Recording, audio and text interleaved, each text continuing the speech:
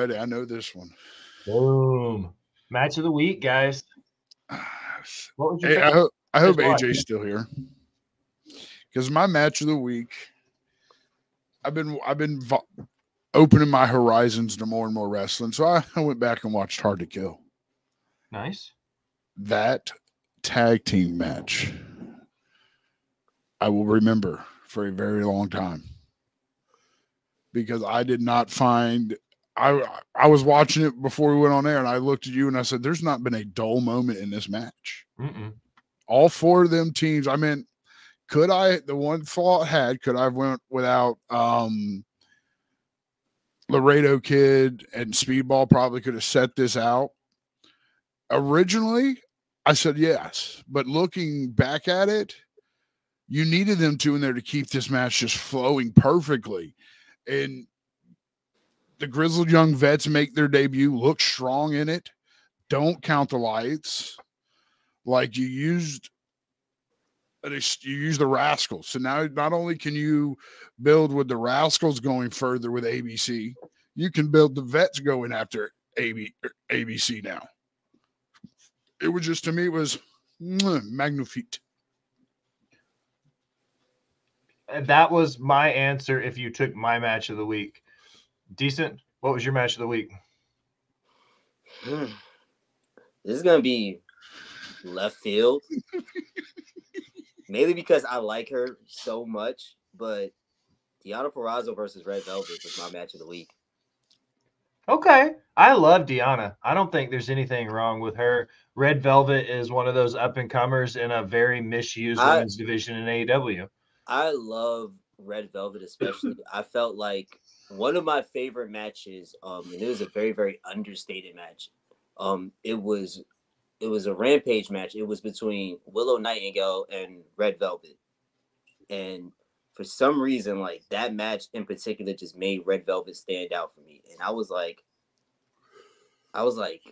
yo, she's great. And when she turned heel, I felt like there was a lot of money in a heel Red Velvet. And one of the things that I'm kind of disappointed with in regards to AEW is that they didn't use that baddie stable to its full advantage the way they could have.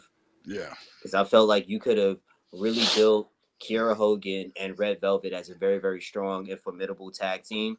And just been able to have them go on like a serious face run after a certain period. Because like think about it now where we are. Well, it could have been the Outcast versus the Baddies. Like that'd have been money right there. So yeah, Red Velvet versus Deonna Purrazzo, just because I felt like it's something that we really need as far as this women's division. And of course, Deonna looking very strong in her debut. Red Velvet still showing and proving that she could be a huge asset to that women's division. Like, again, I know it's left field, but we do need to start championing women's wrestling a little bit more in AEW especially. So I feel like I should highlight that match.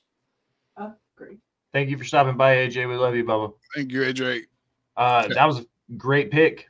That's the nice thing about this segment is it's just our favorites. Al, what was your pick? Mine was the Trinity and Jordan and Grace match from last night.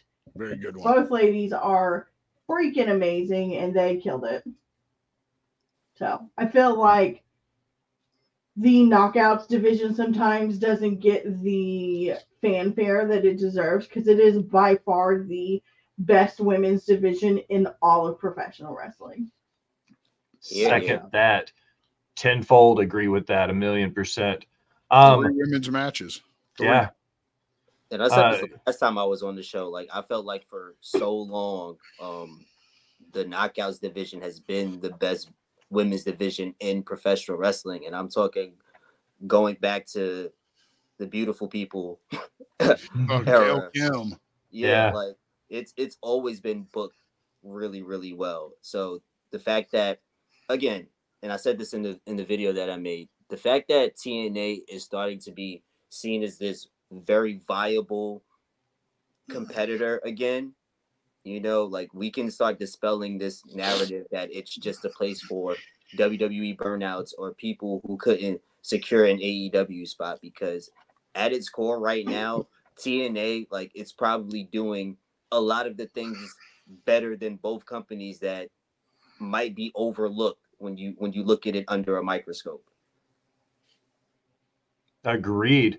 I'm going to keep just riding the TNA train because my pick is the X Division title match from last night with Chris Sabin and Kushida and Vikingo. From top to bottom, amazing match. One of my things that I like about multi-man tag matches and stuff is I say if there's 3 people in the match or 4 people in the match, 51% of that match needs to involve every competitor in some way.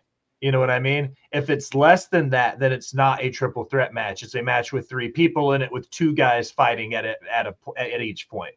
That match from beginning to end either incorporated 3 guys or 1 guy got spotted out while the other guy made a comeback. And then by the time that spot was done, the 3rd guy was back in. The timing, the fluidity, the motion, the way they use the ring, literally, in my opinion, one of the best matches to start the year. So hands down, that triple threat match for the X Division title blew the roof off last night. So, all right, gentlemen, we got that knocked out. It's time to plow through some John Cena stuff.